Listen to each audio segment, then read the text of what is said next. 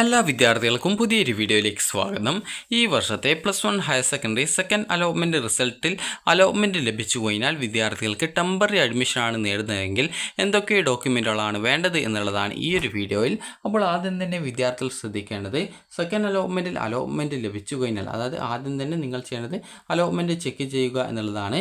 അപ്പോൾ നിങ്ങൾക്ക് HSK വെബ്സൈറ്റിൽ നിങ്ങൾക്ക് candidate login SWS, candidate login MRS, അതുപോലെ തന്നെ കാൻഡിഡേറ്റ് ലോഗിൻ സ്പോർട്സ് എന്നിങ്ങനെയുള്ള ലിങ്കുകൾ കാണാൻ പറ്റും. അപ്പോൾ നിങ്ങൾ ചെയ്യേണ്ടത് ആ ലിങ്കിൽ ക്ലിക്ക് ചെയ്യുക, നിങ്ങളുടെ ആപ്ലിക്കേഷൻ നമ്പർ നൽകുക, പാസ്വേഡ് കൊടുക്കുക, ലോഗിൻ ജില്ല കൊടുക്കുക, ലോഗിൻ ചെയ്യുക. ലോഗിൻ ചെയ്ത ശേഷം വിദ്യാർത്ഥികൾക്ക് പിന്നീട് വരുന്ന പേജിൽ നിങ്ങൾക്ക് congratulation you have got allotment എന്നാണ് കാണുന്നതെങ്കിൽ നിങ്ങൾക്ക് അലോട്ട്മെൻറ്റ് കിട്ടിയെന്ന് മനസ്സിലാക്കാം. Sorry you have no allotment എന്നാണെങ്കിൽ നിങ്ങൾക്ക് അലോട്ട്മെൻറ്റ് കിട്ടിയിട്ടില്ല എന്ന് മനസ്സിലാക്കാം. അതുപോലെ തന്നെ നിങ്ങൾക്ക് sorry you have no change എന്നാണ് കാണുന്നതെങ്കിൽ നിങ്ങൾക്ക് ഫസ്റ്റ് അലോട്ട്മെൻറ്റിൽ കിട്ടിയിട്ടുണ്ടാകും, എന്നാൽ സെക്കൻഡ് അലോട്ട്മെൻറ്റിൽ പുതുതായിട്ട് മറ്റൊരു ഓപ്ഷനിലേക്ക് അലോട്ട്മെൻറ്റ് കിട്ടിയിട്ടില്ല എന്ന് മനസ്സിലാക്കാവുന്നതാണ്.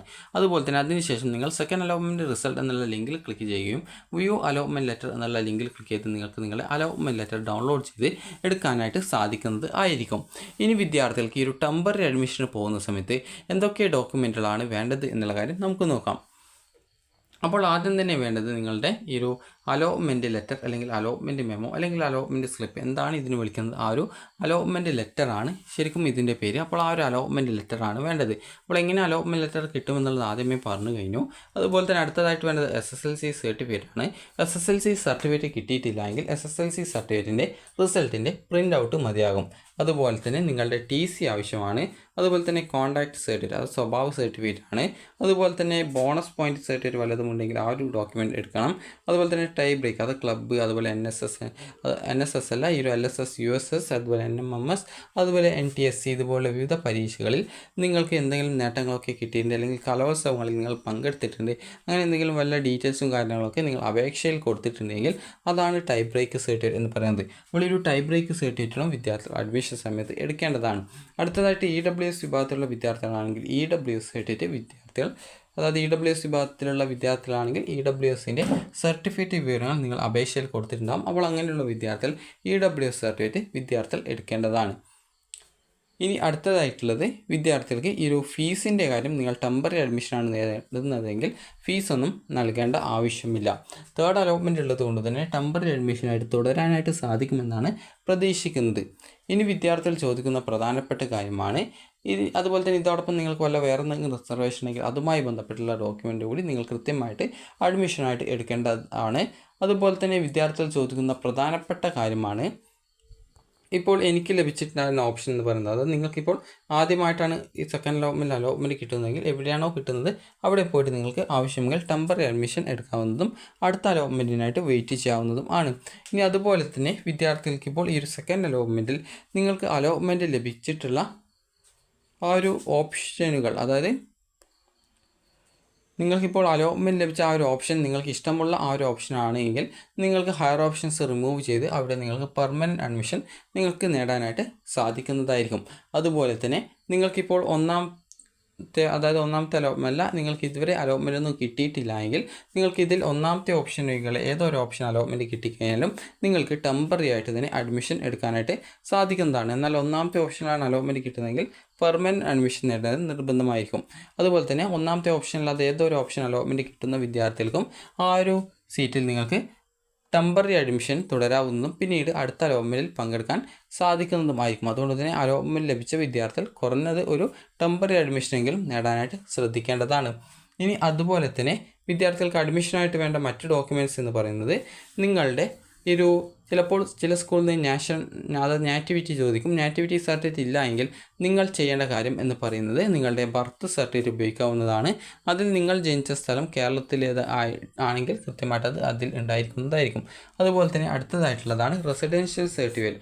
റെസിഡൻഷ്യൽ സർട്ടിഫിക്കറ്റ് എന്ന് പറയുന്ന സമയത്ത് നിങ്ങളുടെ താമസ രേഖയാണ്. അപ്പോൾ ആ റെസിഡൻഷ്യൽ സർട്ടിഫിക്കറ്റ് നിങ്ങളുടെ കയ്യിൽ ഇല്ല എങ്കിൽ നിങ്ങൾ ചെയ്യേണ്ടത് നിങ്ങളുടെ റേഷൻ കാർഡ് എടുത്താൽ മതി.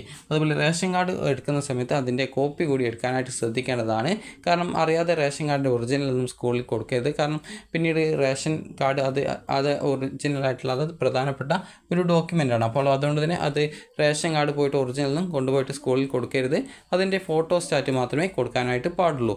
അപ്പോൾ ഇത്രയുമാണ് നിങ്ങൾക്ക് അഡ്മിഷനായിട്ട് വേണ്ട ഡോക്യുമെൻറ്റ്സ് എന്ന് പറയുന്നത്. ഇനി ഇനി വിദ്യാർത്ഥികൾ ഈ ഒരു ഫസ്റ്റ് അലോട്ട്മെൻറ്റിൽ നിങ്ങൾക്ക് അലോട്ട്മെൻറ്റ് കിട്ടി, നിങ്ങൾ ടെമ്പററി അഡ്മിഷൻ നേടിയിട്ടുണ്ടായിരുന്നു. അപ്പോൾ അങ്ങനെയുള്ള വിദ്യാർത്ഥികൾക്ക് സെക്കൻഡ് അലോട്ട്മെൻറ്റിൽ അലോട്ട്മെൻറ്റ് കിട്ടിയിട്ടില്ലെങ്കിലും കിട്ടിയാലും എങ്ങനെയാണ് ടെമ്പററി അഡ്മിഷൻ നേടുക എന്നുള്ള കാര്യം നമുക്ക് നോക്കാം. അപ്പോൾ നിങ്ങൾക്കിപ്പോൾ ഒരു ഉദാഹരണം പറയുകയാണെങ്കിൽ, ഇപ്പോൾ നിങ്ങൾക്ക് ഈ ഒരു ഫസ്റ്റ് അലോട്ട്മെൻറ്റ് ഏതെങ്കിലും ഒരു ഓപ്ഷനിൽ അലോട്ട്മെൻറ്റ് കിട്ടി, നിങ്ങൾ അവിടെ ടെമ്പററി ആയിട്ടായിരുന്നു അഡ്മിഷൻ നേടിയിട്ടുണ്ടായിരുന്നത്. എന്നാൽ സെക്കൻഡ് അലോട്ട്മെൻറ്റ് വന്ന് പരിശോധിച്ച സമയത്ത് നിങ്ങൾക്ക് നോ ചേഞ്ച് എന്നാണ് കാണാൻ പറ്റിയുള്ളത്. അപ്പോൾ അങ്ങനെയെങ്കിൽ നിങ്ങൾ എന്താണ് ചെയ്യേണ്ടതെന്ന് ചോദിച്ചു കഴിഞ്ഞാൽ, നിലവിലെ സ്കൂളിൽ തന്നെ നിങ്ങൾക്ക് ടെമ്പററി ആയിട്ട് തന്നെ തുടരാനായിട്ട് സാധിക്കുന്നതായിരിക്കും. അതുകൊണ്ട് തന്നെ നിങ്ങൾ അവിടെ ടെമ്പററി ആയിട്ട് തന്നെ തുടരുക. കാരണം തേർഡ് അലോട്ട്മെൻറ്റ് വരെ നിങ്ങൾക്ക് ഈ ഒരു രീതിയിൽ ടെമ്പററി ആയിട്ട് തന്നെ തുടരാനായിട്ട് സാധിക്കുന്നതായിരിക്കും. ഇനിയിപ്പോൾ നിങ്ങൾ ടെമ്പററി അഡ്മിഷനാണ് നേടിയിട്ടുള്ളത്, സെക്കൻഡ് അലോട്ട്മെൻറ്റ് വന്ന സമയത്ത് നിങ്ങൾക്ക് മറ്റൊരു ഓപ്ഷനിലേക്ക് അലോട്ട്മെൻറ്റ് കിട്ടിയെന്ന് വിചാരിക്കാം. അപ്പോൾ അങ്ങനെ അലോട്ട്മെൻറ്റ് കിട്ടുകയാണെങ്കിൽ ആ ഒരു ഓപ്ഷൻ്റെ താഴെയുള്ള എല്ലാവിധ ഓപ്ഷൻസും റിമൂവ് ചെയ്യപ്പെട്ടിട്ടുണ്ടാകും. അപ്പോൾ അതുകൊണ്ട് തന്നെ നിങ്ങൾ ടെമ്പററി അഡ്മിഷൻ നേടിയിട്ടുള്ള സ്കൂളിൽ നിന്നും ആ ഒരു സ്കൂളിൽ പോവുക. അപ്പോൾ നിങ്ങൾക്കിപ്പോൾ ഈ ഒരു സെക്കൻഡ് അലോട്ട്മെൻറ്റ് കിട്ടിയ ഒരു ഓപ്ഷൻ എന്ന് പറയുന്നത്, നിങ്ങൾക്ക് ആ ഒരു അലോട്ട്മെൻറ്റ് ലഭിച്ച സെയിം സ്കൂളിലെ തന്നെ മറ്റൊരു ഓപ്ഷൻ ആണെങ്കിൽ നിങ്ങൾ ആ ഒരു കോഴ്സ് മാറ്റത്തിനായിട്ട് നിങ്ങളുടെ പാരൻറ്റിനെയും കൂട്ടി നിങ്ങൾ സ്കൂളിൽ പോവുക. നിങ്ങളുടെ ആ ഒരു ഇവിടെ കിട്ടിയിട്ടുള്ള ആ ഒരു അഡ്മിഷൻ ആ ഒരു മറ്റൊരു കോഴ്സിലേക്കാണ് കിട്ടിയതെങ്കിൽ ആ ഒരു അഡ്മിഷൻ അങ്ങോട്ടേക്ക് മാറ്റുക. അപ്പോൾ അങ്ങനെയെങ്കിൽ നിങ്ങൾക്ക് പുതിയൊരു കോഴ്സിലേക്കുള്ള ആ ഒരു ടെമ്പററി അഡ്മിഷൻ നിങ്ങൾക്ക് അവിടെ തന്നെ സെറ്റ് ആവുന്നതായിരിക്കും. അതായത് ആ ഒരു പുതുതായിട്ട് കിട്ടിയിട്ടുള്ള സ്കൂളിലും നിങ്ങൾക്ക് ടെമ്പററി അഡ്മിഷനായിട്ട് തുടരാനായിട്ട് സാധിക്കുന്നതാണ്. ഒന്നാമത്തെ ഓപ്ഷനിലാണ് അലോട്ട്മെൻറ്റ് കിട്ടുന്നതെങ്കിൽ പെർമനൻറ്റ് അഡ്മിഷനാണ് നേടേണ്ടി വരിക. ബാക്കിയുള്ള ഏത് ഓപ്ഷനായാലും നിങ്ങൾക്ക് ടെമ്പററി അഡ്മിഷനായിട്ട് തുടരാനായിട്ട് സാധിക്കുന്നതായിരിക്കും. ഇനിയിപ്പോൾ വിദ്യാർത്ഥികൾക്ക് ഇപ്പോൾ അലോട്ട്മെൻറ്റ് ലഭിച്ചിട്ടുണ്ടായിരുന്ന ഓപ്ഷൻസ് എന്ന് പറയുന്നത്, അതായത് നിങ്ങൾക്ക് ഇഷ്ടപ്പെട്ട ഒരു ഓപ്ഷൻ ആണെങ്കിൽ നിങ്ങൾക്ക് അവിടെ വേണമെങ്കിൽ പെർമനൻറ്റ് അഡ്മിഷൻ എടുക്കാനായിട്ട് സാധിക്കുന്നതായിരിക്കും. ഇനി അടുത്തതായിട്ടുള്ളത് നമ്മൾ നോക്കാനായിട്ട് പോകുന്നത്, അപ്പോൾ നിങ്ങളൊരു സ്കൂളിൽ നിങ്ങൾ ആദ്യം ഫസ്റ്റ് അലോട്ട്മെൻറ്റ് ലഭിച്ച സമയത്ത് നിങ്ങൾ ടെമ്പററി ആയിട്ടാണ് ചേർന്നിരുന്നത്, അല്ലെങ്കിൽ പെർമനൻ്റ് ആയിട്ടായിരുന്നു നിങ്ങൾ അഡ്മിഷൻ നേടിയിട്ടുണ്ടായിരുന്നത്. അപ്പോൾ സെക്കൻഡ് അലോട്ട്മെൻറ്റിൽ നിങ്ങൾക്ക് അലോട്ട്മെൻറ്റ് ലഭിച്ച സമയത്ത് നിങ്ങൾക്ക് അവിടെ ടെമ്പററി ആയിട്ട് തന്നെ തുടരണമെന്നുണ്ടെങ്കിൽ ആ ഒരു സെക്കൻഡ് അലോട്ട്മെൻറ്റിൽ എവിടെയാണോ കിട്ടിയത് അവിടെ നിങ്ങൾ പോയിട്ട് നിങ്ങൾക്ക് ടെമ്പററി ആയിട്ട് തന്നെ അഡ്മിഷൻ നേടാൻ സാധിക്കുന്നതായിരിക്കും. അപ്പോൾ നിങ്ങൾ ചെയ്യേണ്ട പ്രധാനപ്പെട്ട കാര്യം ഇത്രയാണ്. നിങ്ങൾക്കിപ്പോൾ സെക്കൻഡ് അലോട്ട്മെൻറ്റിൽ മറ്റൊരു ഓപ്ഷനിൽ അലോട്ട്മെൻറ്റ് കിട്ടുന്ന സാഹചര്യത്തിൽ നിങ്ങൾ ഫസ്റ്റ് അലോട്ട്മെൻറ്റിൽ ടെമ്പററി ആയിട്ട് അഡ്മിഷൻ നേടിയ സ്കൂളിൽ പോവുക. നിങ്ങളുടെ പേരൻറ്റിനെയും കൂട്ടി നിങ്ങൾ ആ ഒരു സ്കൂളിൽ പോവുക. നിങ്ങളുടെ ഡോക്യുമെൻറ്റ്സ് ഒക്കെ തിരിച്ചു വാങ്ങിക്കുക. അപ്പോൾ നിങ്ങൾക്ക് സെക്കൻഡ് അലോട്ട്മെൻറ്റ് കിട്ടിയതിൻ്റെ അലോട്ട്മെൻറ്റ് ലെറ്റർ സഹിതം നിങ്ങൾ ഈ ഒരു ഏത് ഓപ്ഷനിലാണോ നിങ്ങൾക്ക് അലോട്ട്മെൻറ്റ് കിട്ടിയത് ആ ഒരു, അതായത്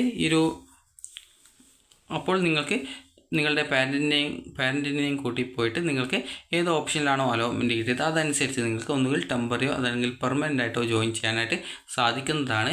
ഇപ്പോൾ ഒന്നാമത്തെ ഓപ്ഷനാണ് കിട്ടുന്നതെങ്കിൽ നിങ്ങൾ പെർമനൻറ്റ് അഡ്മിഷൻ എടുക്കേണ്ടി വരും. എന്നാൽ രണ്ടാമത്തെയോ മറ്റോ ഓപ്ഷനുകളോ ആണ് കിട്ടുന്നതെങ്കിൽ നിങ്ങൾക്ക് ടെമ്പററി അഡ്മിഷനായിട്ട് തന്നെ എടുക്കാനായിട്ട് സാധിക്കുന്നതായിരിക്കും. ടെമ്പററി അഡ്മിഷന് ഫീസും കാര്യങ്ങളൊന്നും കൊടുക്കേണ്ട ആവശ്യമില്ല. അപ്പോൾ വിദ്യാർത്ഥികൾക്ക് ഈ ഒരു വീഡിയോ ഉപകാരപ്രദമായിട്ടുണ്ടെങ്കിൽ ലൈക്ക് ചെയ്യുക, ഷെയർ ചെയ്യുക. Thank you for watching.